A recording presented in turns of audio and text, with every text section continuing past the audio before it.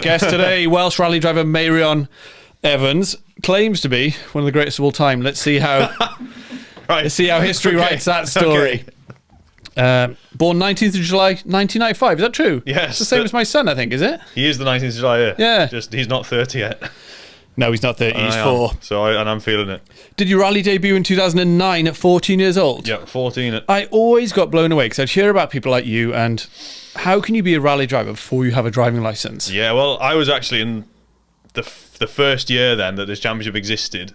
Closed roads? No. To basically allow us to do that but it's all single venue stuff, so... okay. Like racetracks and airfields and stuff. Oh, basically tagging along onto the main event. Yeah. And we'd run at the end.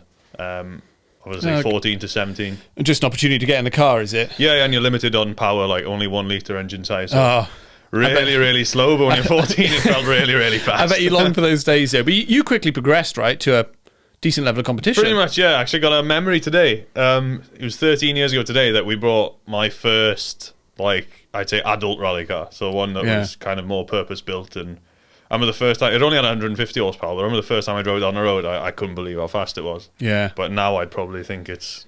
So what year was that? 2012, that would have been it. Yeah, so 150 horsepower used to be quite a lot of power, but your normal family turbo diesel has way more than that now, don't they? Cars have changed. Yeah, my road car has 260 now. So, yeah, exactly.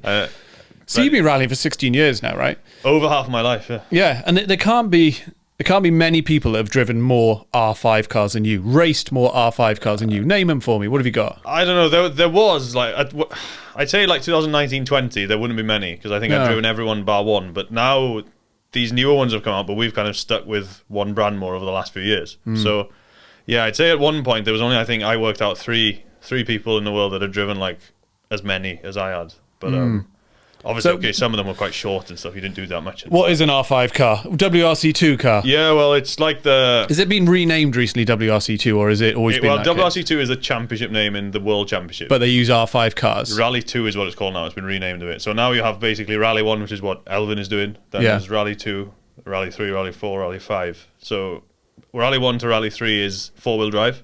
Obviously, they just drop in spec every time. Okay. But the Rally 2, once you get to a customer level, which is like what we're doing, so like British Championship, that's the highest class you can get. So the only people would hire a car from you for an event. Yeah, they can do it. So you can maybe, but it's not really that common to buy a Rally 1 car because the teams keep them all in-house. They don't want the info to get leaked on what they're doing with the cars and stuff. So a Rally 2 car is like what you drive. Is there a horsepower? Are they all built to run equal against each other, roughly? Much, so it's probably the most equal class in the sport because you're limited on engine size, you're limited a 32mm turbo restrictor. So that's a big one, isn't it? Because the Yaris that you drive, people in the private sector are getting massive power out of those Yarises. Yes. And how much is your Yaris? Like 300. It's only like 25 more than a road car, I think. Yeah, right. From a stock road car. Yeah. Right, yeah. But people I've seen on Instagram stuff getting like 500, 600 horsepower out of them. But like going super techy where we're limited through a boost valve as well. So like we're only allowed to boost to 1.5 bar. So anything above that, this valve just opens and you lose all your power. So.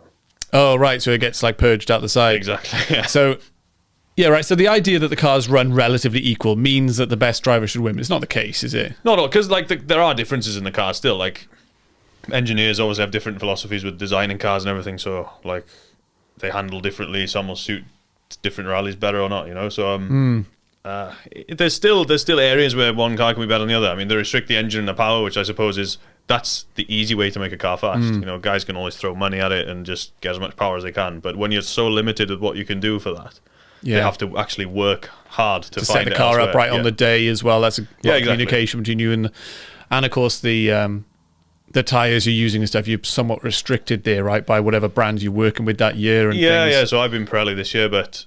Yeah. I mean, there are 4 or 5 really that supply to our size in rallying, but are they all relatively equal? Do you think? No. I'd say there are Michelin and Pirelli would be like the 2 top players. Then there are probably 2 or 3 brands trying to catch up, really, which is very tough because Pirelli and Michelin have been at the top since like the 80s, 90s. Yeah, right. How do you?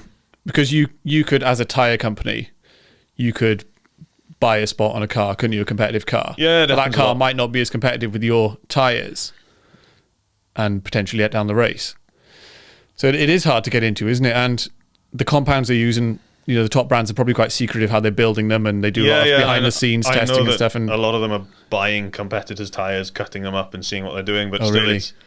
I mean, the thing is, like when Pirelli, for instance, have been there for so long. It's very hard to. They're well established, aren't they? I know another company, they've hired a guy who works with Pirelli for like 20 years to try and get him in, but still, it's very hard to match it, Yeah, it is interesting that even on something like tyres, there's so much research and development, there's so much talk and so much going on with it.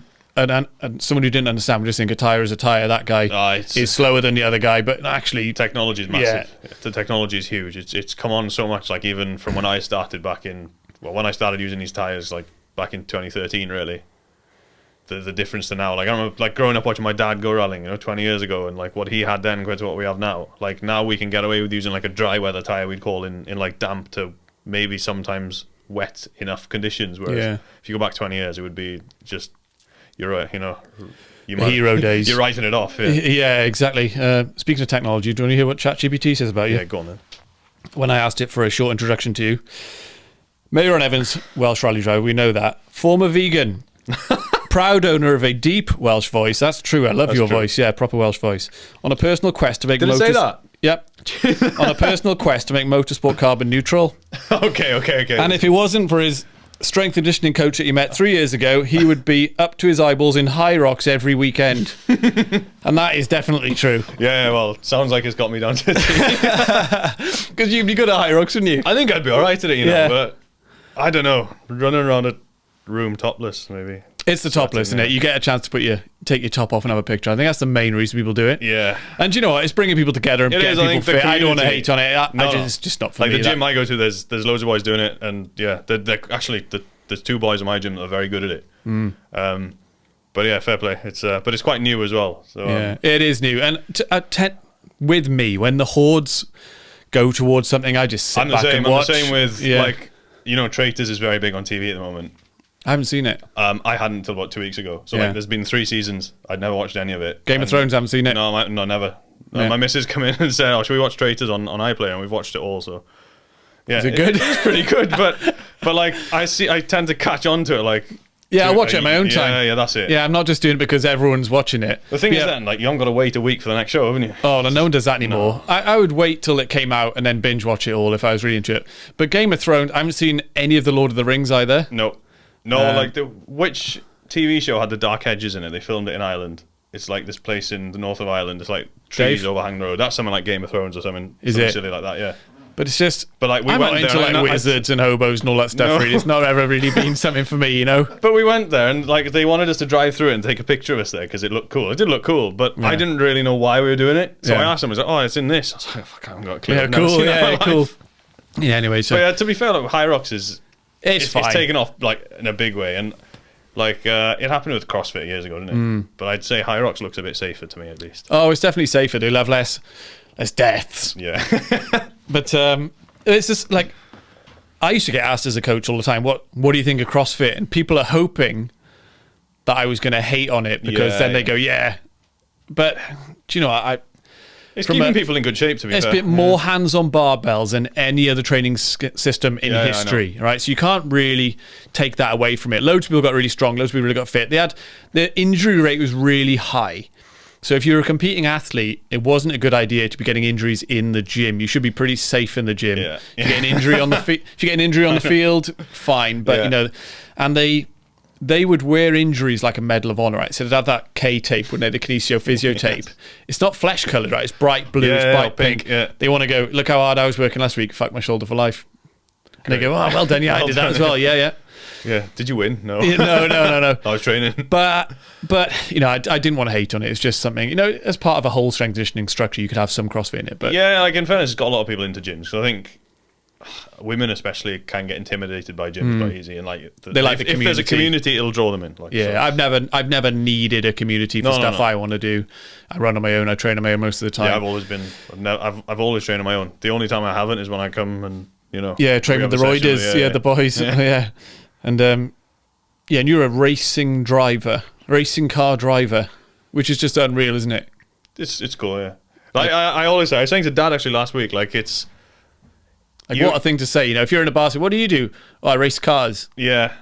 I usually tell them I'm a mechanic, which is what.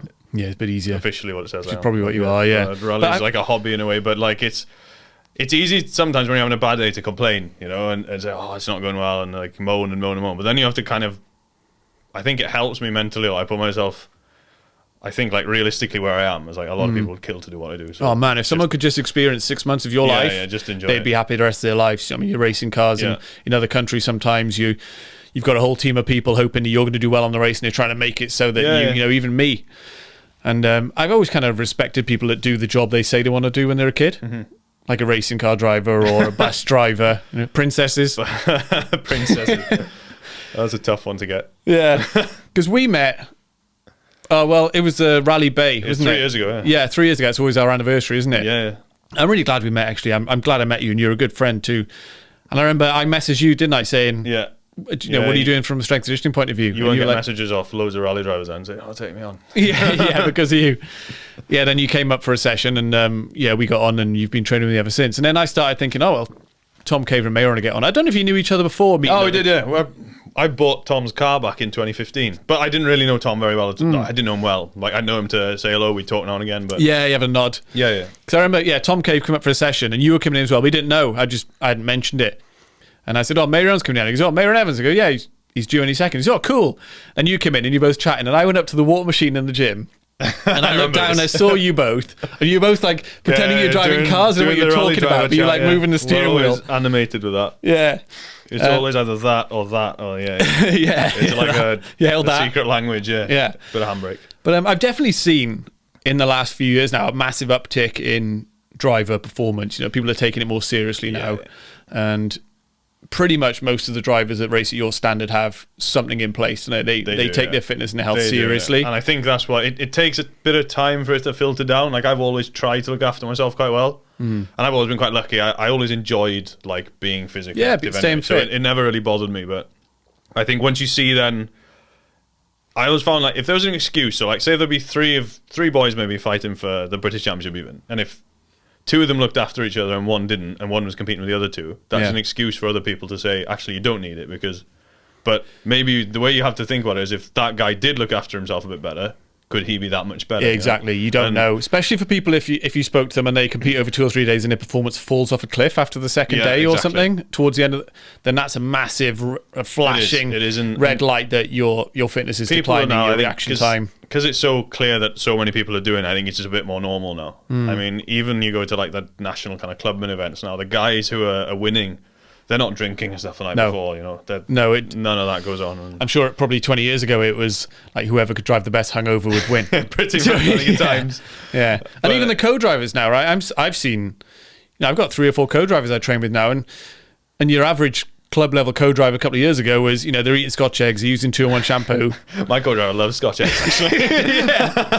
Absolutely loves them. They didn't take anything seriously. I was driving home from the Cambrian the other day, and we have to buy food to take us on the recce. I went around a corner and someone rolled out from the sea as a Scotch egg. But, exactly. But no, he's all right. Even Dale, like we played a charity football game after Rally By this year, and he enjoyed it, and he's been playing football ever since then. He's I feel so much better. But and I know, like, we don't want to seem like these fucking fitness twats telling everyone like, oh, you'll feel better, you'll sleep better, you'll perform better, your reaction. But it is like that. It is, yeah. And when you see someone like you can tell isn't making much of an effort, but you as a driver, you can choose your co-driver, right? And you could say, like, make a bit of an effort here. I could do with someone who's going to be fit and strong in the car. If you're paying them, which is getting to be more the norm now. Like if you go back 20 years again, co-drivers would pay to sit with drivers. Like they would bring them, but it's really? They'd bring some money to them, but it's completely changed. Obviously, the higher you go, always they were getting paid because of time away and stuff, and you couldn't really have 2 jobs. But like at national level, I don't think it was very common to pay co-drivers anyway. But now it seems to be quite normal to. So if you had 2 or 3 co-drivers that were equal on skill, you'd pick the fitter one, wouldn't you? I think it helps always, Especially, I think if you're going in as well to WRC and stuff now, I think engineers are the teams would be pretty keen that your co-driver, if he is not in shape, that at least try and put himself back into shape, Yeah. Yeah, right. And maybe from a personal point of view as well, you might look at someone and be like, come on, man, make an effort. No, and if they 100%. refused over and over again, you'd be like, oh, you know, 100%. I'm looking to grow this little team. I think it shows that their head's in the right place and they're probably pulling the same direction as you are as well. Personal values and more stuff in common. And like, I get that it's not easy. I mean, if you have kids especially, I don't have that pleasure yet, but you know it takes up a lot of time, you know? And you got to respect that, but like I still think like there's time to make a bit of an effort, to be fair. Yeah, because maybe you don't have to take action to be in shape. You just have to not eat what you fucking know you should be eating. So that's asking someone to not do something. Like, in fairness, you can run a 5K and like even if you're an average runner, it's half an hour, you know? Yeah. So even though people do say kids, blah blah blah, like I've stayed in shape. Rowan stayed in amazing shape. All my friends are in good shape. Yeah. It's actually just priority of time, I think. Yeah. And you know, of course, we don't want to be judging anyone, but I think you can find the time if you have to. If you're driven to stay in shape, you can. It's the same with anything. If you're driven to do anything, I think you'll find the time. Not meaning to make motorsport references, being driven here and driven No. But a couple of months ago, after Rally Meirion, I did a post on Instagram just saying how good the rally was for the whole sport. And I got a load of followers from that. It kind of blew up, and I got like it went outside the usual realms of what Instagram does. And I think I said it doesn't get the attention it deserves, because in the UK it's all about Formula One and no one really talks about rallying. And would you even know that the world number one at the moment is a British guy? It's not on anything. No. Not I think he got, because it's come into a bit of a crunch in the WRC now, I think he got some coverage on BBC News this week. Yeah, a little bit, the minimum. But it's so sad it took that. You know, it took that much for him to be noticed, you know? And it's not like he's doing it for the first time. I mean, Elvin's been very close to winning the World Championship before, and he's been in the picture really for 5 years solid now. Yeah, it's only now that he's leading with 2 rounds to go that they've gone, you know what, we'll give him some coverage. Yeah, we'll back this guy so it looks like we were helping him the whole time. And why do you think rallying struggles for fans? It got brought up, actually. We were at a charity thing the other night, and a guy, Mark James, was there who used to do commentary on the WRC shows back in the day, and he said, I think the loss of GB that's obviously a big loss, I think. Yeah, the Wales Rally GB, right? It was on the world tour, and now it's not. No, exactly. That was 5 years ago that it lost? 19 was the last time it ran, Oh, was it? But I think that's obviously a factor, but I don't know, it's a strange one. Like, it's difficult. Like, I know why. Do you want my insights? Go on then.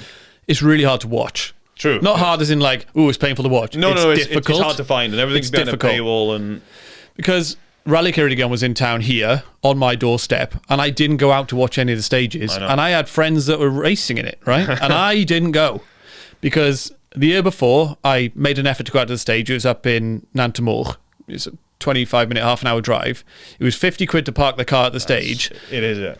Then I had nothing for my money, right? I was just like stood in a field. It was raining. Then you came by, and I was like, oh, cool. And then a few other cars. You know, I saw the cars for 10 seconds, and there was just nothing there. There was just nothing for my 50 quid, and I was just stood in the rain. Yeah, I know. So are you going to chase the cars around for every stage? You can't do that. But you can, but you've got to really know what you're doing. And they're like the you got to have an e-bike, and you can't park there. They know what they're doing. You know, they do it all the time. But like for the casuals, you're right. I think it's awfully hard to go and watch. And when they made it convenient on the prom, thousands of people come out. They want to watch it. So the more special stages like that, you know, when the cars race side by side in stadiums, that's what you need more of, not the stuff out of town. Even though it might not be for the drivers, you need to get more fans on board. Because if you look at the opposite of something, of a sport now where it's easy to watch, right, a football match, it's on at 2:00. Yeah. There's a stadium. Everyone in that stadium can see everything. There's half time. You get a beer. Really convenient.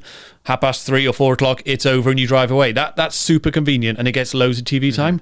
Rallying's really difficult to watch. It is, and even to watch it on TV is tricky as well. Like that's another thing. Like you say, back in the day, we had like GB would be covered on like BBC at night. You know, end of every day, you'd have half an hour show. Yeah, it's like half an hour every single night. So that's from like Thursday to Sunday night. You know, and that would encapsulate people. People are like, you follow it. I caught it on TV. Yeah, and it's a 4-day event, so you might watch it Thursday night. That looks cool. Yeah, I might. You know, you can make a plan to go by Sunday, you know, and you can go and watch on Sunday because you've got 3 days to work it out. And I wonder if sport has ever gone behind a paywall and done better. I'm not sure.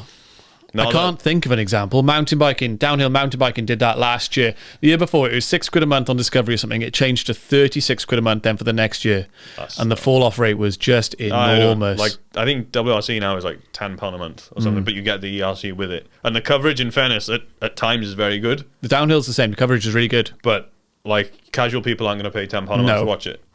And you do worry about the future of it, but it's not because people don't want to see it. It's just it's really difficult. Yeah. But I listened to your podcast with Steve actually, and that was when I realised, because I enjoy any motorsport. Right? I went to MotoGP last year with Castrol, but I've never really followed bikes. But then when Steve was there explaining how enduro works, it confused the hell out of me. You know, and I think that's kind of proof of this point, that if something's not easy to follow, people just won't follow it. They need it. Like I said, football game, you can see every moment. There in front of that team is trying to kick that ball in that net. And like I said to you, I think after we were in the gym, I said, like, for me, like, maybe I'm not involved with it, but like, enduro is not as clear as like rallying. Rallying is more in the public eye than enduro would be. Yeah, it is. Anyway. Even though it's exactly the same format. Exactly, but you race the stage on your own. It's a time trial.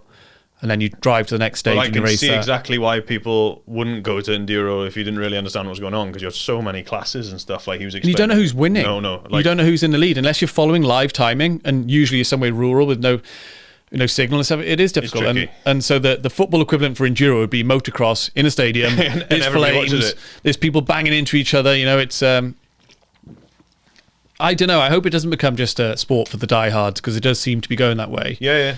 And when you look at in Europe and Spain and stuff, they come out and other people seem to kind of come out. I wonder if it's easier where they are, if they make parking, and if they do. And I think the problem we have in the UK as well is a lot of people try and make money from in terms of charging spectators. Like I always think it's a bit strange to charge spectators to watch an event that's on a public road. Yeah, in effect, I always find that a bit. Or especially to charge them so much. There should be a budget, and the council make it easy for people to come out. I mean, it costs a lot to put it on, but still, I never think you should be punishing like the consumer or like the customer, even. Because without the fans, there's nothing, is there? No. If people aren't watching it, then the sponsors aren't going to buy in. And no. But speaking of sponsors, your car is basically up for sale, right? So if someone reached out to you, a company, a haulage company, and said, "Oh, we're interested in sponsoring the car," what do you send them? Like a menu, like a price list? Yeah, I can do that. But generally, I just speak to them these days. Yes, I used to send some brochures out, but like they'd always come back and say, "Well, that's kind of, can we do this or that?" So yeah.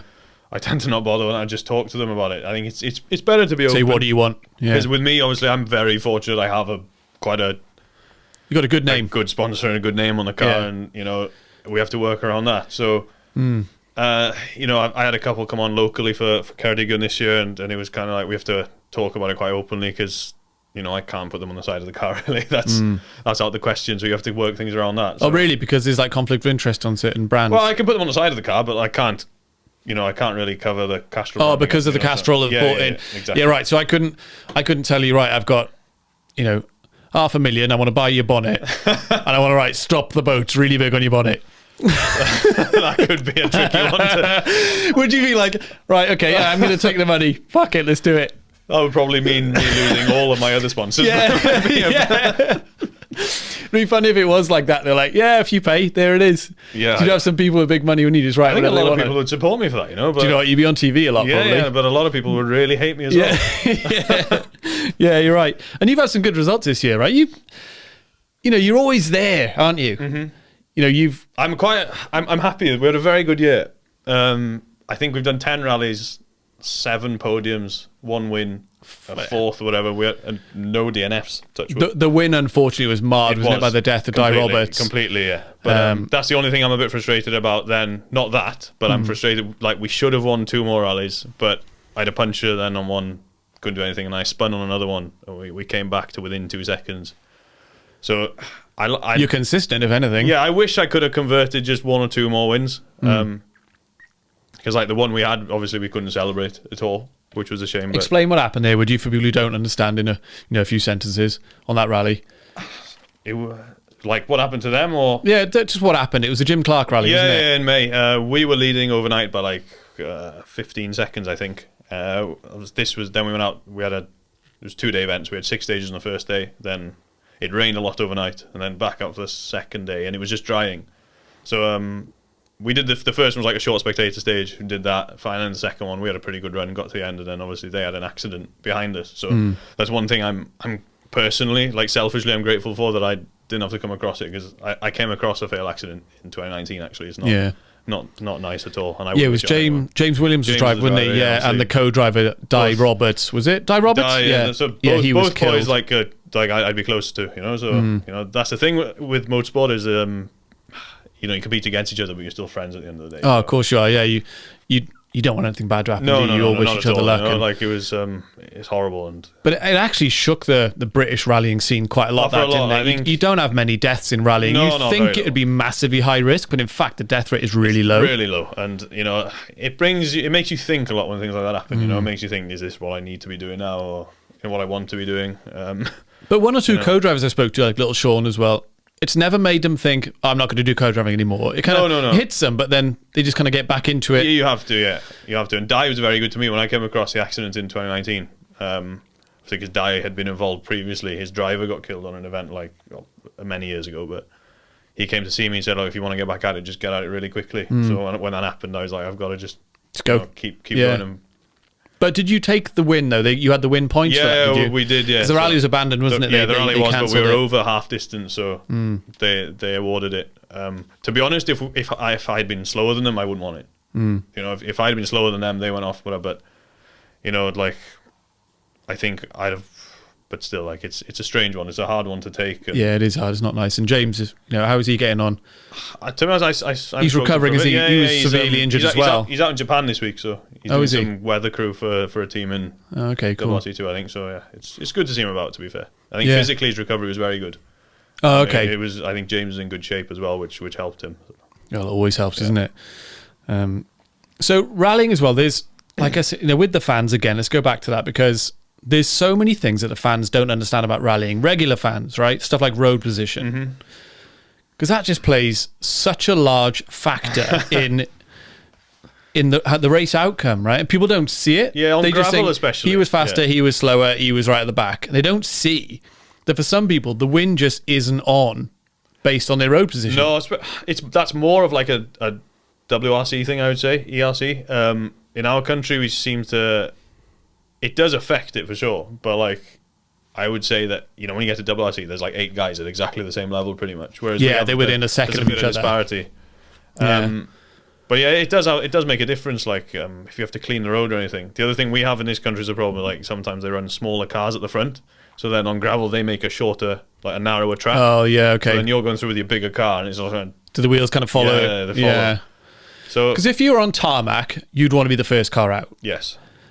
If you're on gravel, that's not always... No, if it's dry gravel, you'd want to be like... 4th or 5th or something. Yeah, ideally. Like because I noticed last year in Scotland is a bit different. Scotland, they have big stones on the side of the road. So when cars cut, like it cleans the road fair enough, but then when they cut, they bring the big stones onto the road. So it creates another problem. So like this year we did that rally in Scotland. We were car 4, I think. And I think that was quite a nice place to be. Yeah. Okay. So there's always things like... But then when it's wet, you want to be... as early as you can on gravel, really. Oh, really? So as it obviously in the wet, you chew it up. Yeah, it chews up. So you know you have good grip from the start, and then it gets worse. So if you were racing on tarmac, and you were the first car out, would you be trying to dirty the road behind you for the next car? If you can, yeah. Yeah, you can, yeah. That's you just cut a corner when it wasn't completely necessary, try and spit out some stone. Yeah, like, or you just take what you can, you know. Obviously in the summer, if the banks and everything and the verges are really dry, then you're not gaining too much. So you just have to drive it. I prefer to run maybe 2nd or 3rd on the road on tarmac, because it's nice sometimes just to see some lines on the road. Oh yeah, you see people's braking points and stuff, can you? Yeah, you can just pick something out a bit easier, you know. If you see some marks up ahead, you know that something might not be right, you know. Yeah. But still, like it's not massive on tarmac, but the thing with like Ceredigion and in Aber, like you're running like 15 cars. And obviously it's 2-minute gap. So if you're running car 1, you know, from your qualifying position, if you had a bad qualifying, then it's rained overnight and it's drying. Yeah. You kind of have to look at it like this as well. So there's a lot of strategy in it. Yeah, there is a lot of strategy, and it's those intricacies that people don't really see. No, and it's pretty deep. Then that is because you know you could like in Aberystwyth, like Ceredigion, we could have qualified purposely badly if we knew rain was coming the next day and it was drying. You know. Yeah, that could be a strategy. Half an hour with 15 cars over. Just stay in second gear the whole way around, just chilling. It has been done. Like, people have done it. Oh, really? They throw a race? They've kind of tried to clamp down a bit on an ERC now, because guys used to go to qualify in ERC and just break down. Really? And then run, like, say it was a splitter, and they'd run like 25th car on the road. So would you not allowed to do that purposefully then? You wouldn't be allowed to? Or would it just be really frowned upon and you'd get like... Yeah, I'm not sure if there's a regulation about it now. But the sponsors wouldn't be happy, would they? No, you're off TV, I guess. But I know somebody did it a few years ago, and kind of, he pulled in, opened the bonnet, then just cruised to the end. Wrong. Yeah, nothing wrong. But like the next day, he was 20th on the road or something, and he was taking like 10 seconds of stage off everyone, off the guys, the fast guys. So do you think one of the things holding rallying back is that the drivers think they have to be quite conservative with the way they talk about the cars? About, when you get to the end of a stage and they stick a microphone in your face, you can't be like, fucking hell, no. I think people are... Because there's media training. I don't know if you have media training or not, do you? I did when I was younger, yeah. Yeah. And what do they say? Just be bland, don't end up on the news. Everybody seems very safe now. Yeah. Like, it's nice... There's never been a higher consequence of saying something really fucking stupid. No, these days. So it would just go through... Because you're answering to sponsors, aren't you? They're spending money. That's the thing. And if you said something really stupid that made them look bad, they're going to pull out, aren't they? That's the thing. And I think... But you wish people could find somewhere where they could show some passion and speak their mind and not be penalised for it. So I think it does hold things back. There are one or two that can do it, but I think they do it through being dry. But yeah, because they can get out of that and say, "Oh no, I don't care how I appeared." That's what I meant. Yeah. But I try and just remain as much of myself. I speak like I would. I don't try to be any different. Maybe sometimes you have to tone it down a bit and not get too excited. But it's hard. It is hard to really get it across, and you can't give everything away, because the problem is now, like, you have all the teams and the trucks in the service area, even in British Championship level, watching. Yeah. So if I say anything that gives anything away, like, the guy who I'm racing with will know before I get to the... Oh, really? You're worried about giving some of the game plan away as well, as being cancelled? That's why you see boys not give tyre info away, because if you're on a package, it's better for maybe the stage after, and you give that away, then they know that going into the next one. And you just have to try and... Yeah, I think it's always better to try and keep things like that close to your chest.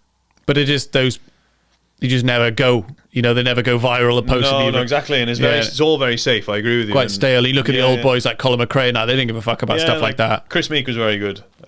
He just spoke his mind. But I suppose you got to do it in a smart way, haven't you? I think if you just say something really stupid, then you have to be quite clever with it. And that's hard, because to think of something, like, what you want to say, but to think how to say it in a nice way in 10 seconds is very hard. I get myself in some hot water on Instagram sometimes. But I'm not beholden to anyone, really.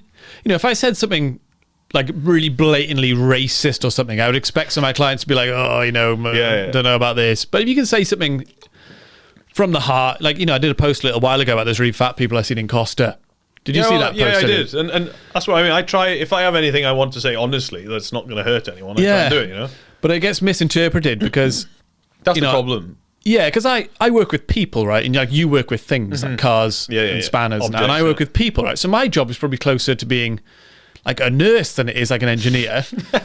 And I've got like a little empathy. I'd dread to see that if I walked into a hospital, man. Yeah, but I saw these fat students in Costa there, probably 19 years old. And I think it's a tragedy. And I just think, like, are they wasting their youth? This one little flash of opportunity you have on this planet, being overweight and in pain. And they had these massive drinks covered in glitter. And, I was like, oh, man. And then, I put that post out, try to be relatively... Yeah, but this is a problem with the world, is that they don't actually read into what you're saying. They just look at it and say, oh, he's saying that. Yeah. I don't like it. I'm going to shout at him. Well, the problem is the posts go further than you deliberately hope they will. Because if I was in a room with 50 people of my choosing, I would probably say something and they would probably agree. That's why they're in that room with me. But if somehow now a post goes further than your immediate circle and further than the next circle and that, up to 100,000 views, for example, right, some of these things get... That's like the Millennium Stadium. Yeah, you can film Millennium Stadium and tell people that. So what are the chances that everyone in here is going to agree with what you said? You're going to have a heckler, aren't you? Yeah, you're bound to have a couple. And there was one comment on it. I know you saw it because I responded. Yeah, and it was like, no one gets out of this life alive. Like, these skinny gym bunnies aren't going to live very long. And it's like, they are really fit and healthy, actually, these gym bunnies. And she was saying, like, oh, I'm morbidly obese and stuff. And you're like, oh. I just think it's a tragedy, and I have like a lot of empathy for people. And I think, well, who's like telling? I always wonder who their friends are, you know? Because if I had a friend who was really big, I'd be like, oh mate, come on, you need to lose a bit I of just weight. always think they're people that are okay with everything. You know, like, oh, that's okay, that's okay. So but nobody's ever said like it's not okay. Yeah, exactly. I think some people, if anything, they tell them the other. They go like, oh yeah, you're overweight, but you look great, you know. It was actually, it's a bit different. When I was younger, I would always kind of, say I was like 18, 19, kind of in rallying, I was starting to like want to do well. I would never look at myself for the issue, you know. I'd always like, well, why is he better than me, sort of, and then I'd look into why they're better than me, rather than saying like, what am I doing wrong to not be that good? I think that translates then to life for those people that are like, they build resentment. Exactly. Like, yeah. Rather than that's the lens it comes rather through. than just deal with it themselves. Yeah, but it's always, you know, if I'm doing a post about some fat people I've seen, it's always from a position of love. And I don't know if you could ever approach somebody you didn't know and be like, "Can I help you?" You know, I don't think that would work. If you asked it that way, no. But you know, when you hear about these people who are telling like really morbidly obese people that they look great and they're absolutely fine, Yeah, like well, that's morbidly bad advice. You know, that's really, really bad. And there's a saying that the road to hell is paved with good intentions, and that's that. You're telling, oh, you look great, you're great, but they, you know, their life is going down big time. I actually get told quite a lot that I'm pretty honest. Like I get asked questions and stuff, and I answer in a pretty honest way. I think my dad's like that, and I think I don't see it in myself. You're old school. Yeah, and I just say it as it is, you know. Yeah. But I think it's quite important to be honest. I think so as well. End up in a pretty shit hole. Even with yourself, you know, if you're lying to yourself. Yeah, like, I guess that's what I was saying. Like I probably used to do a bit. I'd lie to myself and say, "Oh, I am good enough," but then I wouldn't do anything about it, you know. And then I just stay there. And that's what I wonder about some people who are, you know, really obese or not doing well, and they, you know, live in their mum's basement playing computer games all the time. Do they sit on the end of their bed in the morning and feel genuinely happy, like they say they are to people? Oh no, I'm perfectly happy, because I just don't buy it. No.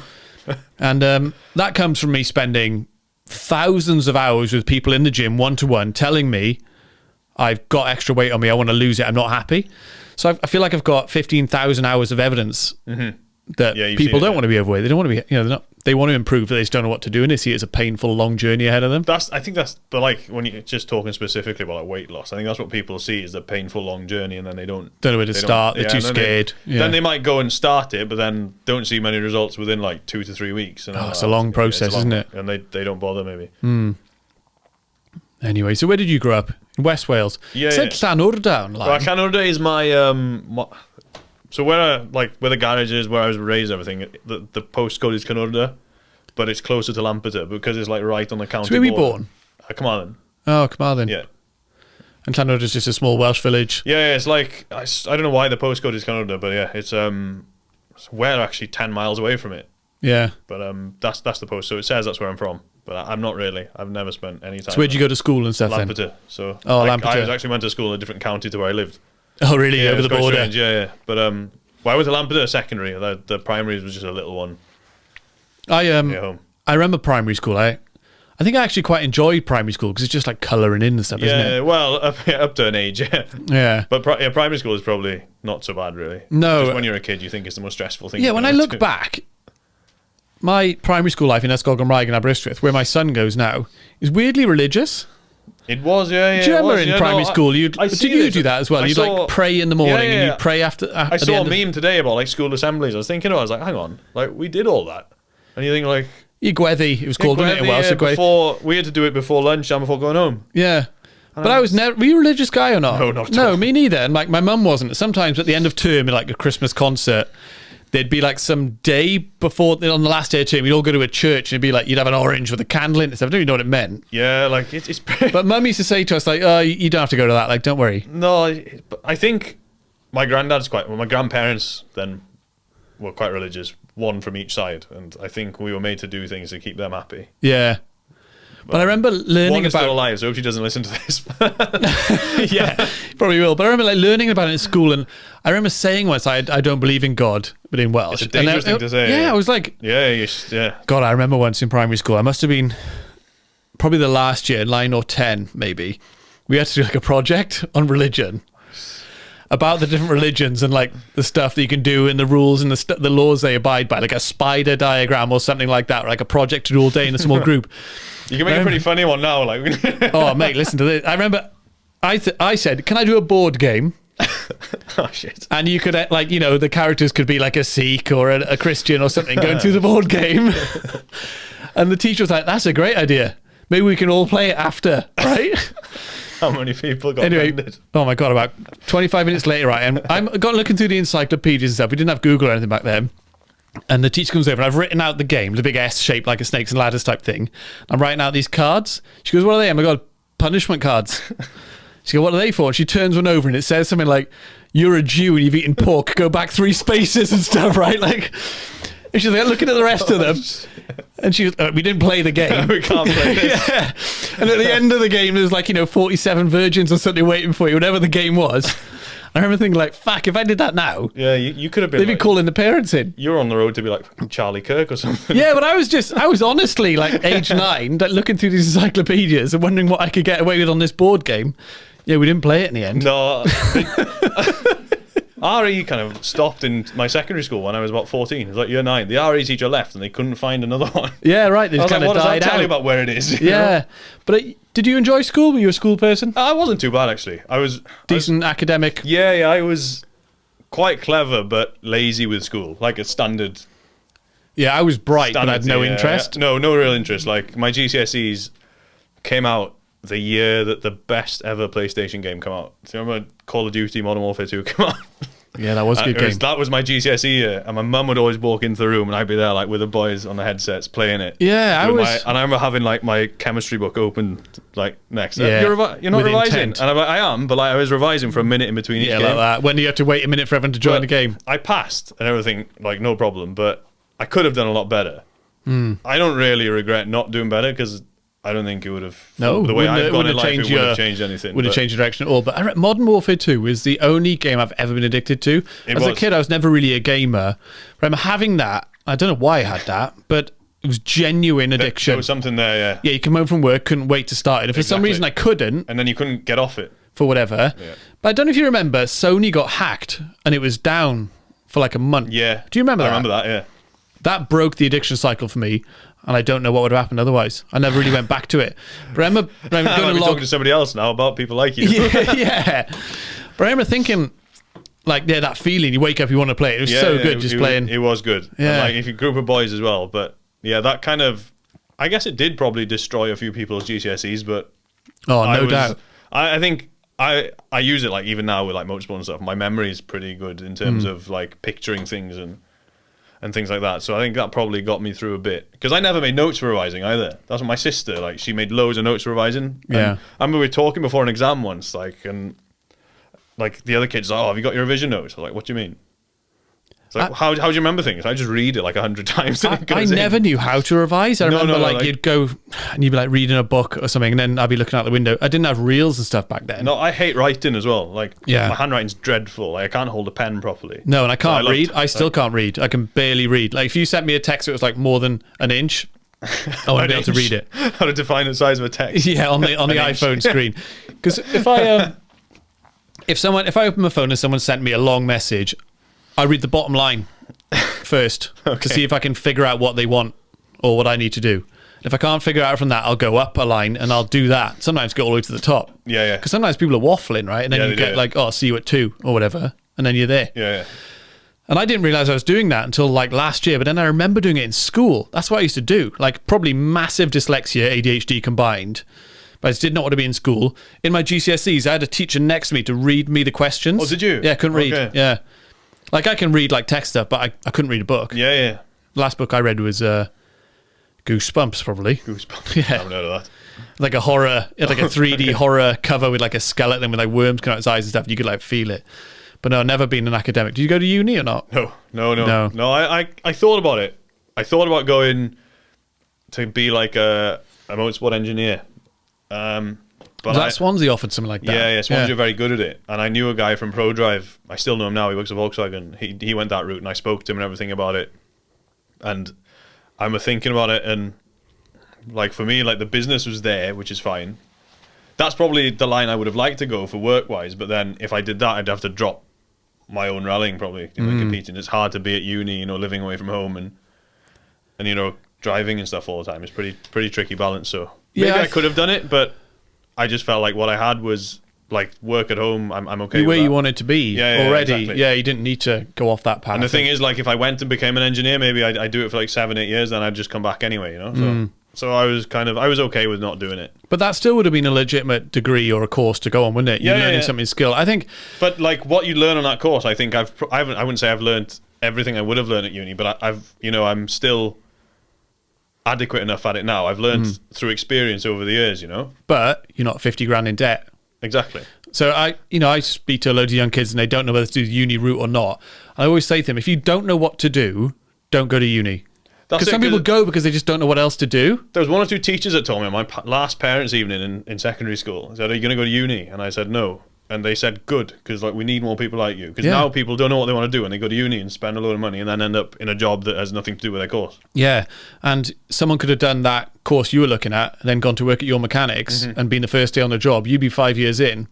Yeah. And you're not 50 grand in debt.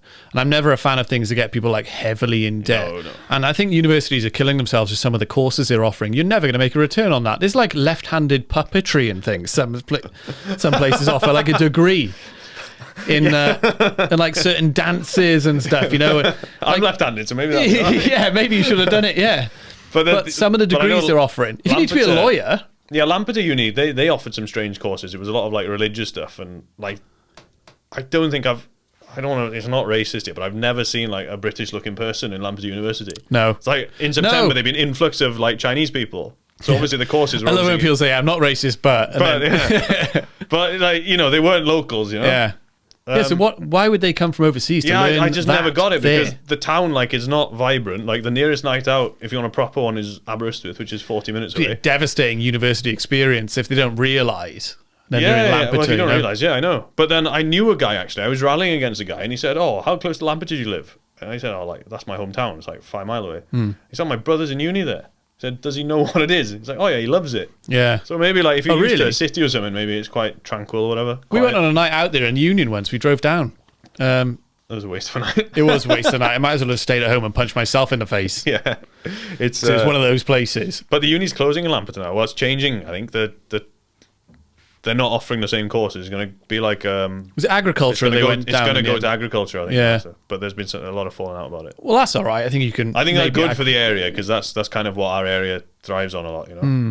So if there was some 14-year-old like you were saying they want to be a rally driver at the standard you are or whatever, what sort of advice would you give? Would you?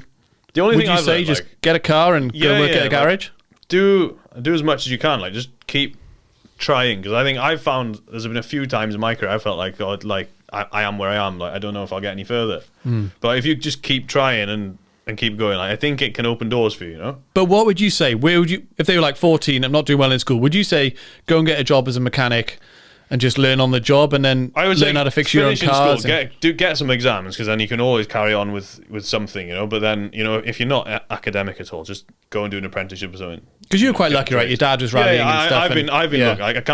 I'm not going to preach at people because my situation is quite, I'm quite fortunate. Yeah. But, you still have to walk the walk. You still do, yeah. That's the thing, and that's what people forget. And it's easy to shout at somebody and say, you had it all handed to you. But I wouldn't say I have, because if I wasn't performing at a good enough level, I wouldn't be where I am. Yeah, right. They'd replace you. Yeah, and it's for a lot of time. Like obviously before the Castrol stuff, it's still to this day like you have to put a good bit of your own money in. So was your dad like, right, I'm going to make Meirion a rally driver? Let's get No, him. not at all. No. Not at all. I played a lot of football when I was a kid. I was massive into sport, like any sport really. I was big into football, played some rugby.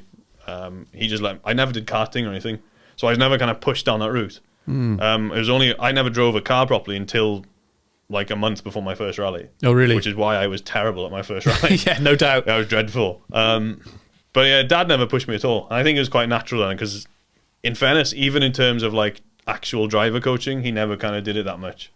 He's a terrible teacher as well, to be fair. But it's a hard sport to get into. It is. It's expensive. That's the thing. But like, if you just get involved with it, I think there are some, just even if you build your own car and it's like cost you 2-3 grand and go and do some road rallies to start, whatever. And, the night out club events. Yeah, I and think stuff. if you keep progressing like that, you'll get somewhere. I mean, I'm not saying you're going to get to drive the best cars or anything, but if you genuinely want to do it, there's always a way. I think there's entry level like championships you can do and stuff. That's probably the most bang for your buck, the most fun, isn't it? If you and a load of mates were like, let's all get. I don't know, what can you build a car for? 3 grand if you bought like some 1 litre micro? Yeah, I think like 3 to 5 grand. Buy second-hand parts, just get it on the stage, Because the problem is now, I mean, with social media, people watch, like, they look at social media and think, I want that. And they look at, like, the guy with the best car and think, like my car kind of thing is that's so what what's the Yaris worth? To buy new, it's like, I think 320,000 euros. And what's a WRC1 car? Oh, they'd be like nearly $1 million. Yeah. Yeah. But so that's out of reach for everyone. Yeah, everyone. like it's our, like, even what I've got is out of reach for I'd say 95%, 90% of the population. Or more than that, maybe. Yeah, probably is. So 95% of people within motorsport probably. Yeah, exactly. So, and but is there privateers out there spending that money? Oh yeah, there is in WRC. Like, there's a lot of privateers spending a huge amount of money. Yeah. But I think you can always just make your own path and just keep going. Like, if you love it, just keep doing it. Like, if you and I think that's the key, is enjoy it as well, because I think people get so what's next? What's But next? the thing What's is, next? don't look at the end before you started, kind of thing. Yeah. Like, there's no point not starting it because you look at it like, I can never afford that. Do what you can is what I say to people, and just maybe if you're good enough, something will open up, and somebody might help you to do a better series, and then it'll hook you a bit more, and maybe we'll get to a point where it ends. But at least you've had a go and you've enjoyed yourself. Keep trying, keep trying. Don't go into it with the correct expectations. Because the only thing like I've learned is people love underdogs as well. Like, obviously, I've never been able to play that card because we have a business in motorsport and everything. We hire cars out to people, so they expect you to do well. Yeah, pretty much. Like, my dad was quite successful, so obviously they're like, even when I started, like, my first event, like I just told you, I drove a car for the first time like a month before, and people are like, he's going to win because of who his dad is. It just doesn't work. Yeah. You can ask Elvin about his, I think Elvin will tell you his first event, he was terrible as well. Probably. It doesn't just happen. Just because he's Gwyndaf Evans' son or my dad's Melvin Evans, it doesn't just make you superb at driving a car. You've still got to find your own way, Yeah. Fuck, he's racing this weekend, isn't he, Elvin? He is, yeah. Does it start tomorrow? Well, it's already started, but they're like 9 hours ahead, the shakedown's today, is it? It's today. The first stage was 7 p.m. on Thursday, but obviously it's 9 hours ahead for them. Oh, so it's been? I didn't even know. Yeah. But it's only like a... Yeah, it's short stage probably, is it? So it starts like midnight, I think. I always text him up before the rally weekend to say, give it hell. Yeah. And then... You get a reply Monday, probably. Yeah. No, usually replies to that with like a thumbs up or a cheers, but that's it. Proper dad. Yeah, I'm going to text him now, actually. But he's on the road, though, isn't he? He hasn't gone off or anything. Yeah, he's still going there. Yeah. They've only done it was like a 1.5 mile stage. He could do with just getting some points, couldn't he? Well, like, I was speaking with Emir Penlan the other day. Like, he could win the championship this weekend if everything goes completely his way.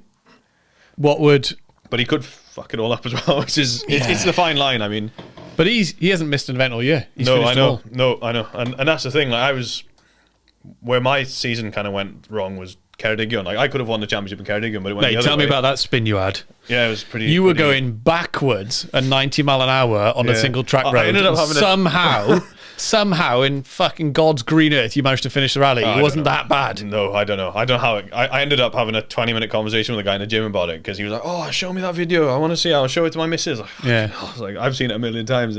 Yeah, but I'm going to clip this part of the podcast and use it as an Instagram, and I'm going to overlay that video of your spin. It was the biggest escape of my career, I would say. And you were hurtling towards a tree, backwards 90 mile an hour, and somehow you hit a bale and it took the impact and didn't damage the car. I don't think I'll ever get away with anything like that again. No, to be fair, it was. I think it was like off the start line, and that was like a flat right and a flat left, so you just don't lift. It's barely nothing, like no corners. Up to this corner over a crest, and like in my head, I'd pictured it on the wreck and everything. I was just gonna hold the brake as we come to it, keep the car square so it didn't go light on the crest. But then I come to the crest, like the back end just stepped a bit. Yeah. And like I looked, I think, because there's GPS on the camera that the RC use, and it was like 155 Ks. Yeah. Which is, I think, 95 or something. Yeah, 160 is 100, isn't it? So, and it just went like that. And then when it steps at that speed, when it catches, you're never going to catch it. It's because, like, it's a 1,200 kilo pendulum at 90 mile an hour. Yeah. You've got no chance. And you just bumped into a bale and kept going. Well, there was some damage to a car, but like, the thing is, like, in that split second, you have to make a decision of how to have the smallest accident possible with what's happening. Yeah. And like I looked at the left. Obviously, that's all I could see at the time. I was like, I don't want to go down there because it was a drop into the field. And I said, I'm out. So I you can't drive it out. So I let it go back to the right, knowing then it would spin. But then there was like, I was like, fuck. I was like, climb the bank. I was like, this is all right. But then as she spun back round, I was looking down the road like that, and this tree was like filling the side window. Yeah. And like we would still be doing 70 mile an hour probably. I'm clenching my hips now just listening to it. Dale looked out the window. I could hear him start to go like, no. I was like, shit, this is bad. And like a million thoughts go through your head in a split second, and then it's like bang, stopped. Like I was like, you okay? He's like, I don't know what we hit. It's like, but it was hard. Yeah, there's no footage of you actually hitting something, is there? No, but luckily, to be fair to the organizer, they protected a lot of things with bales. But what they must have foreseen that then, or was the bail was it an in and out to slow you down? No, they do foresee it. Like they cover bridges and that kind of stuff. It's a fast section, a weird corner. So it was. But what they'd done, like a lot of events, they put the bail on the object. But fortunately for me, they put it like I would say 3-4 meters away from it. So it's absorbed the blow, I think, and like we've hit it into the tree. We've hit the bail into the tree, and the bail then is like tipped back, rolled onto the middle of the road. Because Dale, we've hit the tree because the bark's off the tree and everything, but it was the bail that I think had rolled into the tree. But yeah, as far as a podium or something, that was... Oh, it was done. Yeah. Because, I thought there was like 3 wheels off the car, so we jumped out because it was 13 Gs, I think. Yeah. So like when that happens, it fires the tracker off. They stop the stage, send an ambulance in. Oh, really? So when the ambulance came to meet me, I was driving back up. So I got the car out the hedge. I thought it's not too bad. So I went to drive it back up to park into the road to get out of the way. Yeah. But it drove straight. So I went up and I was starting to spin around. And the ambulance came. I was like, what's wrong? What do you do? Yeah. So then they had to wait to get clearance to let us go. But there's not like a law. You've come off of that speed. You need a head assessment. No, like that. No. The funny thing was, we were there for like 2 minutes waiting for clearance to go because they thought we were done, obviously. And then, being like typical competitors that night, they'd held us for 2 minutes against our will, pretty much. So we had to try and get 2 minutes back, but they refused it. Did you claw any spaces back? Yeah, we did. Yeah. We managed. Like we needed to get back to 5th to keep the championship to the last round, and we did. In fairness, how the weekend was going, I don't think we'd have been any better than 4th anyway. But I was thinking about this morning, if we had got 4th, I think we might have got 2nd in the championship at the end, but 2nd or 3rd doesn't really matter. Woulda, shoulda, coulda. Exactly. Last words of a fool. But in the UK, the standard is pretty damn high, isn't it? It's been good. The last 2 years. You could put together a top 10 of UK drivers, it would be serious. It would be, yeah. And like in fairness, we've had like Romet came in this year, he's junior world champion and stuff, drives for M Sport. I think he's going somewhere quite good with his career, to be fair. He's doing some good stuff. So yeah, it was nice to compete with him, you know, who knows where he'll be in 5 years when he's my age. And you've had some fast teammates some of the last few years. But it's strange because I rallied in Ireland through like the purple patch out there, and there was a lot of good competition there. And now like, I went to the British Championship last year, and when I went to the British Championship, you know, in 2023 the British Championship was quite dead. You know, there was like, I think Adrian Formore won it, fair enough. So you know, he's driving for Hyundai now. But apart from that, you know, there wasn't many. You know, is that because there wasn't many eyes on it? People weren't investing the money? I don't know. It's strange. But then 2024 came, they got a TV deal and stuff, and I think we joined with this Castrol team, and M Sport then put a team together. That was a boost for the whole thing. I think it did. Because people wanted to see that Yaris with the Castrol decals. It was a real... if you know cars, seeing Castrol on a Toyota like that is pretty special, I think. It's pretty cool, yeah. But the last 2 years of the British Championship, the level's been so high, you know. Both surfaces as well. You have to be so sharp, and the rallies in the British Championship are generally quite short as well. Who won it overall this year? Crichton. It was your teammate. Yeah, my teammate. Yeah. So, and then last year it was your teammate, Chris Ingram. Yeah. In fairness, like last year, I didn't. We had the Toyota for the full season, new car and everything, and like a lot of the rallies were new to me last year, so I didn't really expect to win or to be maybe even fight. You know, I wanted like the odd podium, but like. It didn't go that well, to be fair. Yeah. Then this year, I was like, right, we've learned the events, we have to deliver really, and I'd say we did. Like we stepped up a good bit. We were, you know, obviously we got the win. We were podium on 2 other occasions, but like we've won stages on a lot of events. So yeah, it's been pretty positive, to be fair. What did Chris Ingram do this year? He just nothing. Not a lot. No. But the thing is, like, it's very hard to stay on the scene. To move on from the British Championship is the budget jump is huge. I remember in Italy a couple of months ago when I was here with the British enduro team, the media girl, Till, she was telling me about some guy who races. She goes, he's the best looking guy you'll ever see in your life. I go, no, Chris Ingram's the best looking guy you'll ever see in your life. So he looks like kind of a Ken, and she goes, "Oh, I'm not really into those type of boys." And I got his Instagram, and she's like, "Fucking hell, who's that guy?" I think he's at his. He's Jordan. the best looking guy you've ever seen. Think? Yeah, I think he's the man. Yeah, I said this to someone that you said that. And they disagreed with me. Oh no way! His face, his eyes. Do you know what I mean? You could dive into Chris Ingram's eyes and never hit the bottom.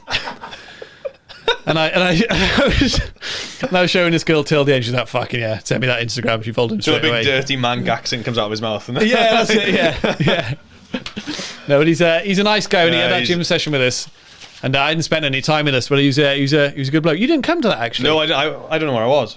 I think I was away. No, somewhere. it was me and Chris and Tom Cave. I've known Chris since we were like 12. Yeah, I've known him for years, but he's a funny guy, to be fair. Yeah, he is, isn't he? Yeah, I like him. And he takes himself quite seriously, and yeah, I think that's why takes his fitness seriously as well. Yeah, which I is think taking himself serious. like that's probably where the lines get blurred a bit, and he's a bit misunderstood. I think that's a massive mistake in life, just taking yourself too seriously. Like, I don't do that at all. Do you know what I mean? I take the piss out of myself constantly. Yeah, you've got to. Like, if you do it, it'll save the people. Takes the pressure off too, doesn't it? Because otherwise, if someone criticises you, then you don't have to tolerate it. Because I said before the last round of the last championship, the last championship round, then because there was 3 of us going for the title, and they put a graphic up, and it was like Crichton, Jurgensen, and me. And I was like, 2023 junior world champion versus 2024 junior world champion versus MOT tester. Yeah, it's like that's it. Yeah, just take it off my shoulders. Yeah, that's the best way to look at it, and make yourself the underdog, isn't it? But you're more than an MOT tester, mate. You're a fit bloke. Yeah, it's hard. Like it's because obviously we're running the team as well. Like. Everyone knows how good a driver you are. You don't need to prove nothing. You just I think you're always a danger.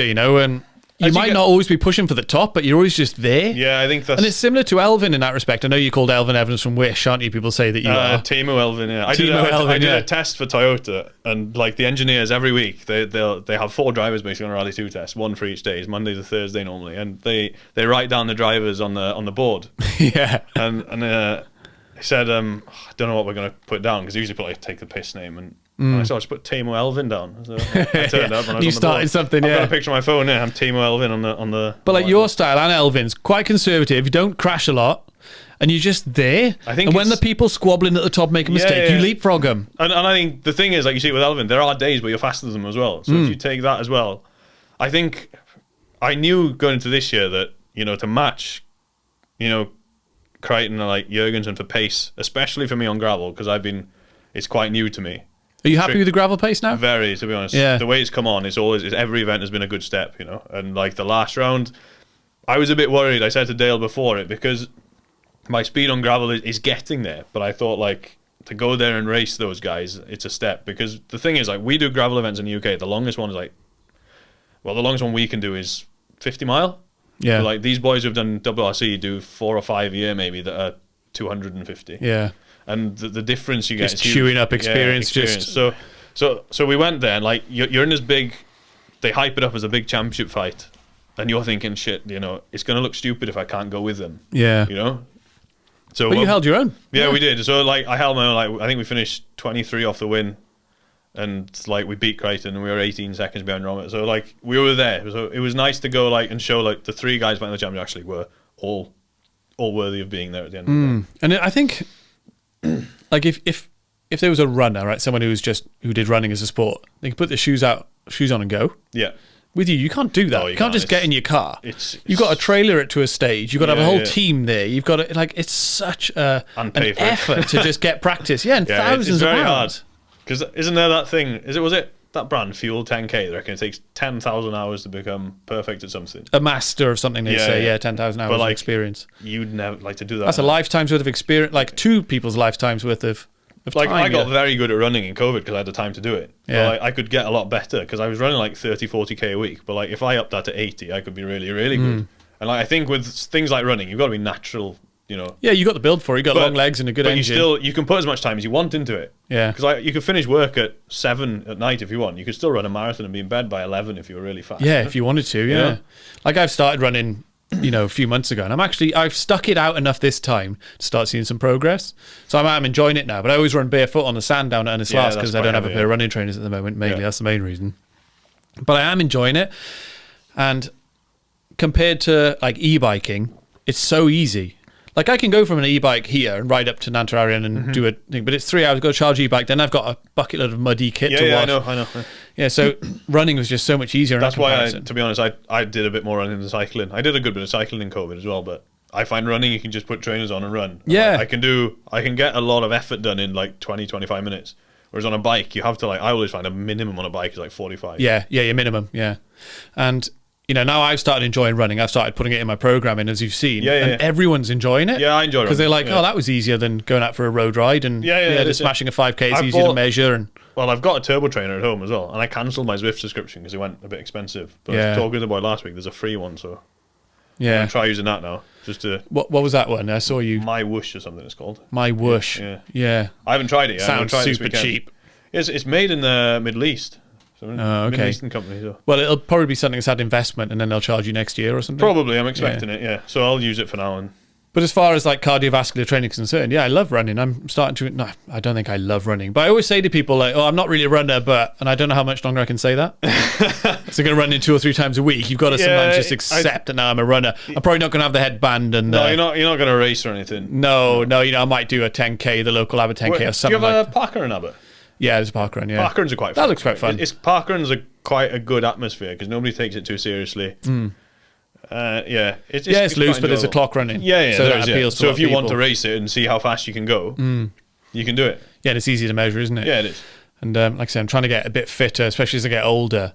I'm rewatching something on TV at the moment. Did you ever watch Chris Hemsworth plays Thor in the Marvel films? Yeah. Big Australian guy, jacked, huge guy. He did a series a couple of years ago, a documentary series about longevity called Limitless. I don't know if you ever saw it. I heard about it. Yeah, it's worth a watch. I watched it years ago and I'm rewatching it now. But I believe, I don't know if it's true because I haven't seen about it since, but I heard it from somewhere that he discovered that he has like 1 or 2 of the dementia genes. Right. And it's probably quite likely he was going to come down with dementia early on. But I don't know if that's true because they didn't mention it in the documentary. I thought it did the first time. Maybe they removed it. Anyway, so he's gone on this like quest for longevity and health and wellness. And he's done a 5 or 6 part documentary series about it. And every episode is about a certain thing that will take time off the end of your life, stress or something. Yeah. And he gets coached on how to deal. Like the first episode, for example, is about stress. And at the end of each episode, there's a challenge. And at the end of the first episode, he has to walk across a skyscraper crane, like out above the ground. So through the episode, he has coaching about how to deal with stress. Of these longevity experts, and then he has to do the challenge at the end. And the second one is about cold therapy and the benefits of that, and he has to do like an Icelandic swim, and the third one's about muscle or something. Anyway, it's a really, really interesting series, and there's really good animations on it explaining what's happening when you're in the sauna, why these heat shock proteins matter, and all this stuff. It's absolutely fascinating. I think everyone should watch it. And the consequences of not doing this thing. Because I think some people just think, oh, I'll just tick over through life and get to the end, but it won't. Like a normal person, the last sort of 5 or 10 years of their life is going to be quite painful, and that's what you want to avoid. I know, yeah. I see people like now, you get to their 60s and they're starting to struggle with their legs and stuff. You don't want that. There's a saying as well, the Grim Reaper moves at 2.5 kilometers an hour. Right. So if you can't move faster than that, you're going down. Okay. But anyway, there's a whole book about that, called that, I think. Is it? But on the end of this Limitless series, they simulate him being really old. So he's wearing this suit that has like elastic on it, so every movement is like 30% harder. Really? He's got these glasses you can barely see out of. He's got things blocking his hearing and these shoes to make his balance off. So he's behaving like an old person, like trying to listen and trying to see things. And he lives in an old person's home for this like last episode. And it's fascinating. And he's like, God, I do not want to end up like this. It's really bad. And then at the end of that episode, he dies. They simulate his death. That's pretty grim. No, it's quite moving, but it's fascinating. So like he's really old. And in his room, he goes through this door. They tell him to go through this door, and he doesn't know. And he goes in it, and it looks like an operating theatre. And all the nurses kind of pounce on him as if he's had like a heart attack. Like putting masks on him. He's like, beep, beep. All these noises going off, people putting stuff on, and the camera's like looking up all these nurses. And he's like bleeping and stuff. And then they kind of all fades to black. Like, we can't save him. And he's like fading, and it all goes to black.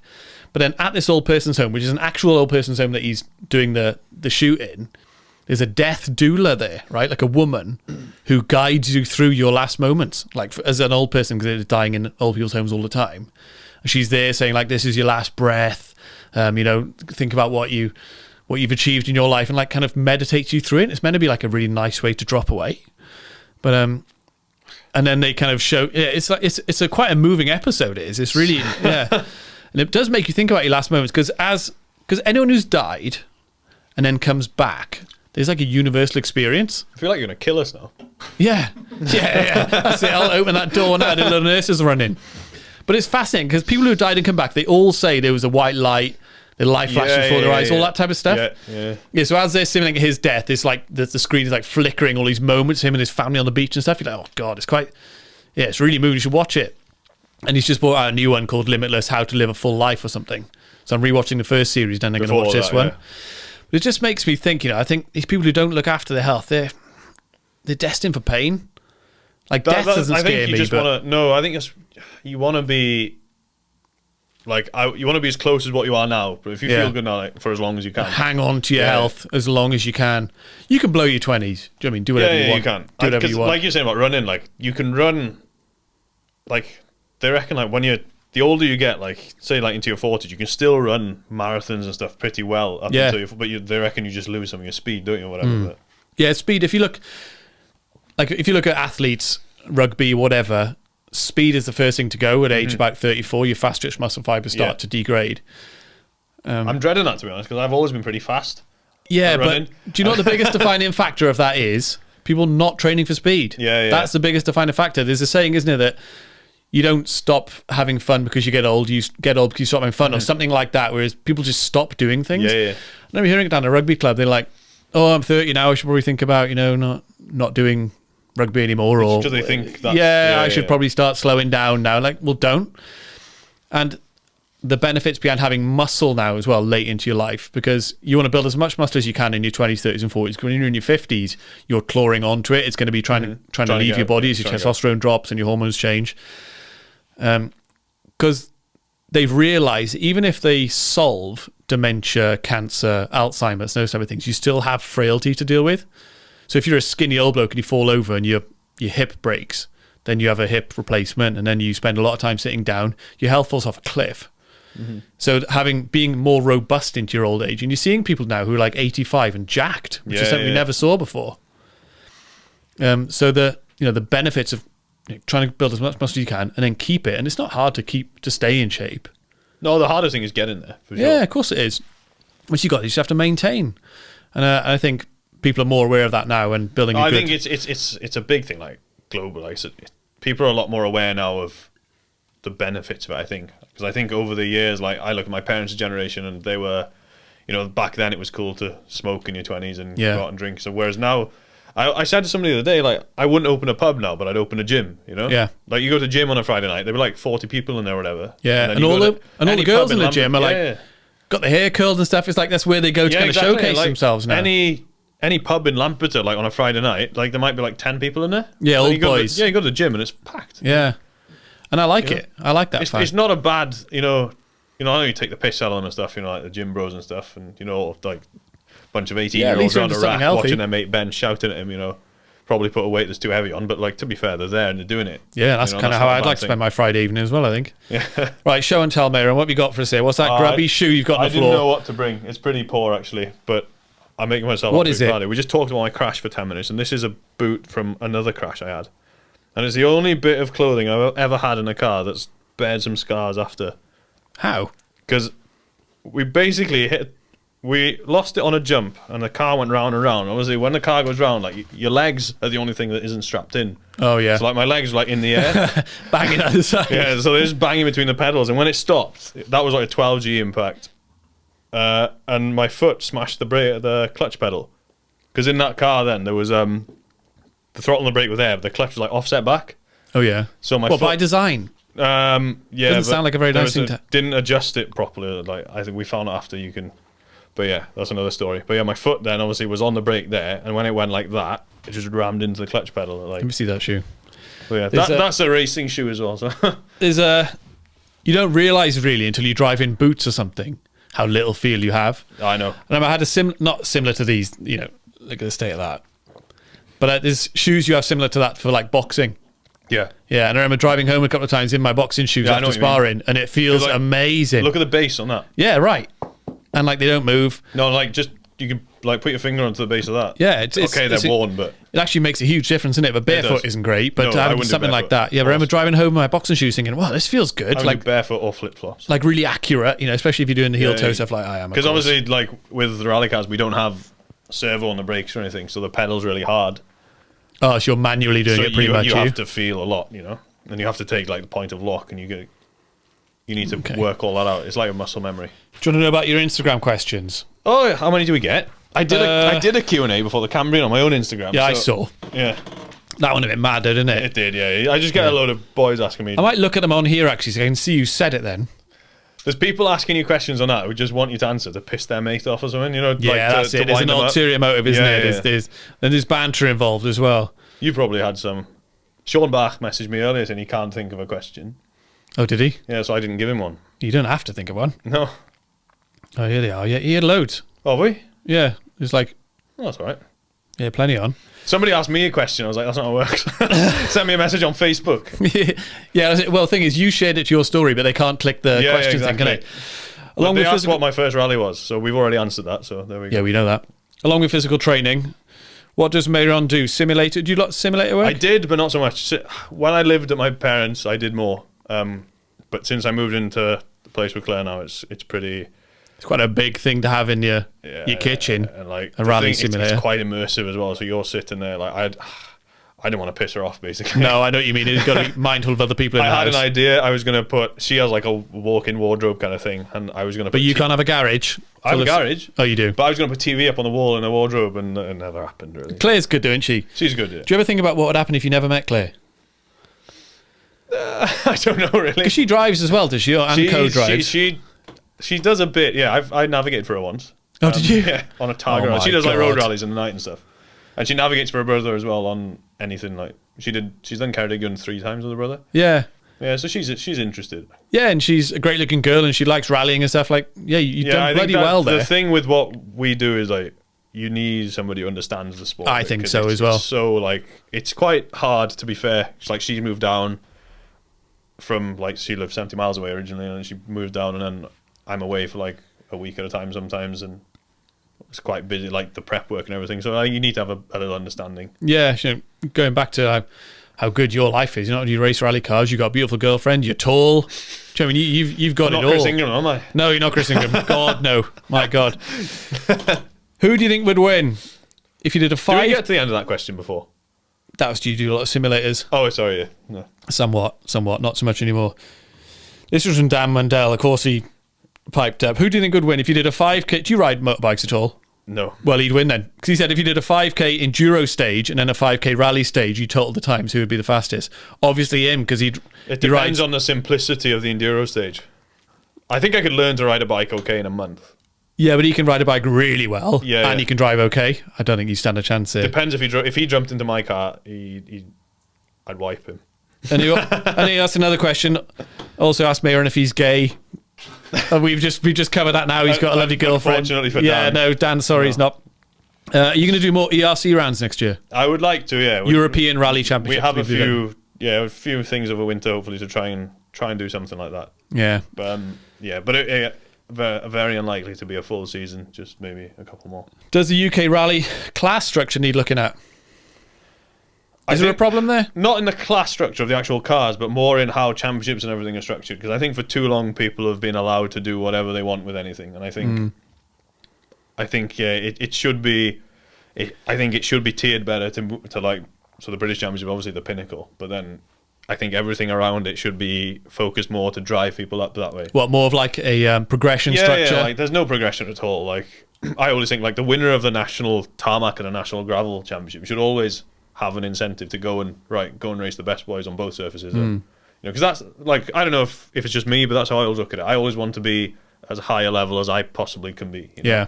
Not everyone thinks like that though, No, I know.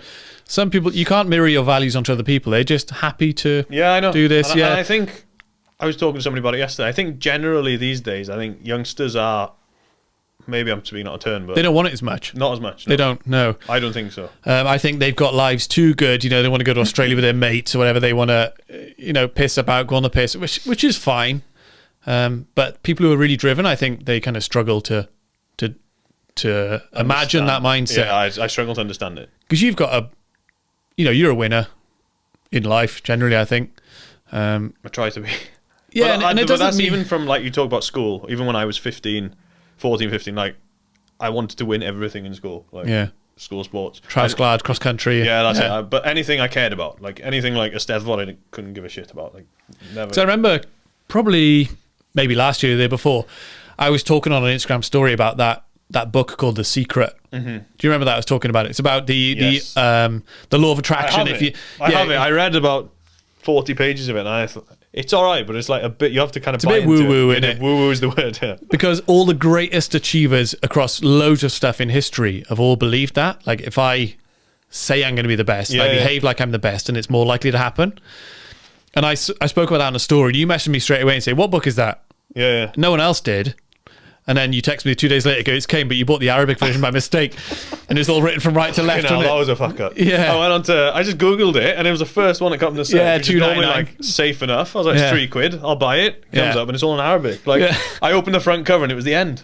But stuff like that demonstrates the winning mindset, I reckon. You're just looking for anything. I always look, I always look. But, like, I was at an airport back in August, and that's the only time I really read now is when I'm on holiday or on a plane. Yeah. And, like, there was so many, like, self-help, mental health books. Yeah. It's incredible. Like, yeah, it's a popular topic at the moment, isn't it? Like, that's one of the questions. How do you focus on your mental health during a race weekend? To be honest, it's not my mental health. I don't really think about it. You just kind of... You're at a race. If you focus on your job, I mean... Yeah. Everything else falls into line, doesn't it? Just, honestly, with anything in life, if you're focused on it, focus on doing the best possible job you can, and always try not to worry about what other people are doing. Yeah, I think the word is focus, though, isn't it? Yeah. Being prepared. Worrying about other people will only take away from your own performance. Your energy just pours out of you, doesn't it? It's wrong. And I mean, it's natural to look at your competitors and think, what's he doing? I think you have to a degree, because if he's doing something you're not, and you might get an idea. Exactly. But I think when you're there, you have to really kind of do your own thing. And I think the big thing is back yourself as well. Because I think self-doubt is quite high in athletes. Oh, yeah. It's taken a lot of people down. And they... Like, I always think sprinting's probably the hard one, I think. Because imagine lining up in a block, you look across and think, fuck, he looks big, he's class. He looks fast. He's the fastest guy in the world. You got to go on the gun. And if you get a false start, you're gone. Yeah, one these days, isn't it? One, yeah. It's ridiculous. Yeah, you don't get a second chance anymore. How happy is he with the gravel pace? We discussed that.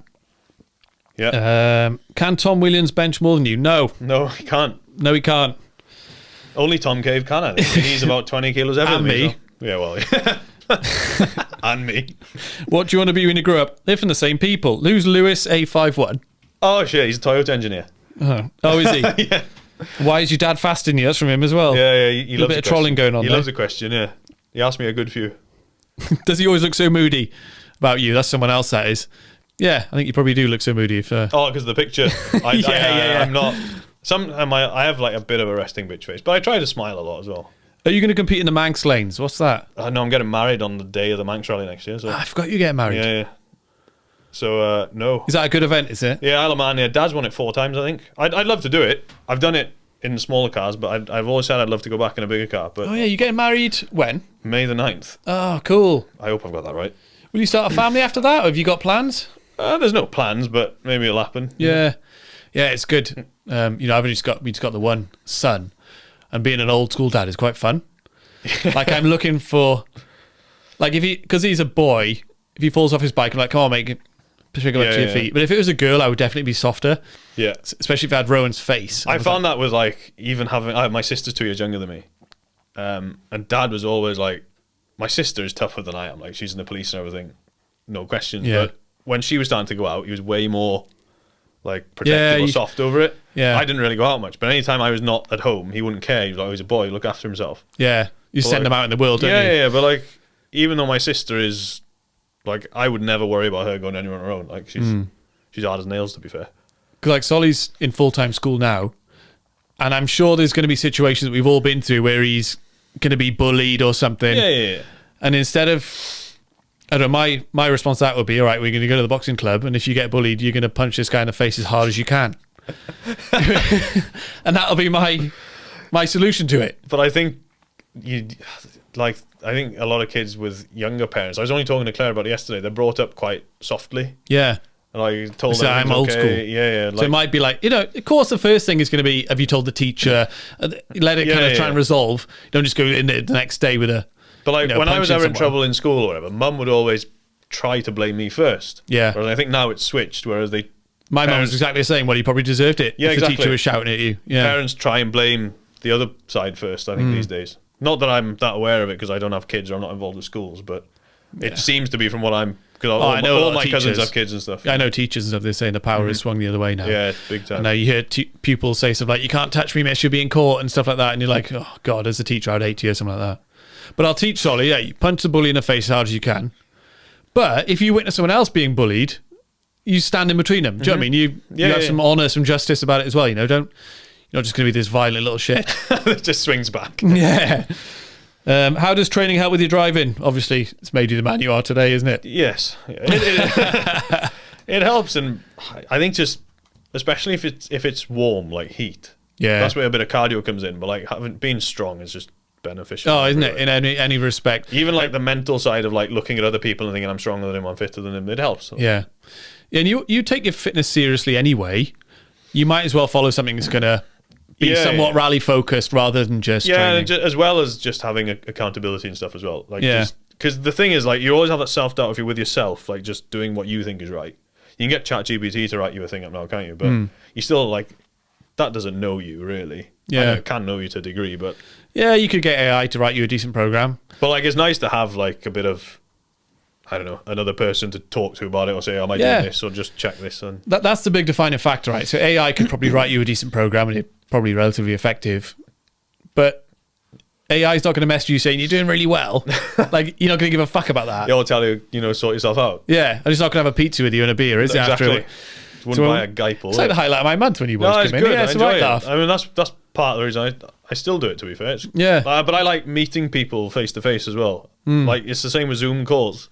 I'd much rather be in a meeting with like 7-8 people. I loathe Zoom calls and stuff. And it's become so easy now. Like, everyone's set up a call. Like, okay, no. Let's jump on a call. I hate that.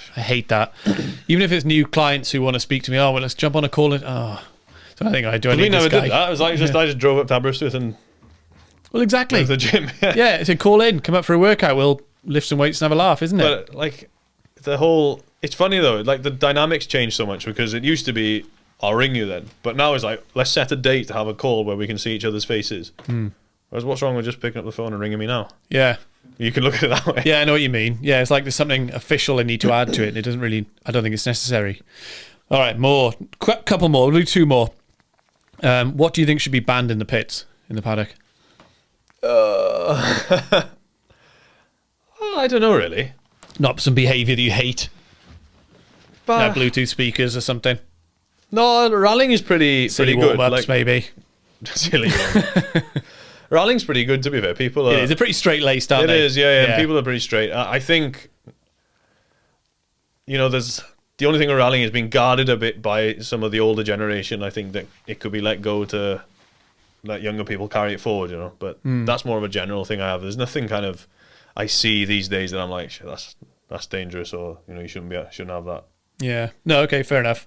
I thought it was 2 more. But actually, we went through them all. Did we? Yeah. Anything to add? I don't have much, to be fair. No. Well covered. Cool, man. Thanks for coming in. I know how busy you are. It really means a lot, and it means a lot that you put my sticker on the car as well. I really like that. Yeah, my logo. It's probably why you won the best livery of the year. Probably. I'd put it down to that. Yeah, cool. It's funny though, like we won that 2 years in a row, and I think I've done all of our cars between us have done like 3 or 4 Yassi events. We've crashed like 75% of them. Like between me and Chris. Cool, man. Thanks for coming in. Thank you.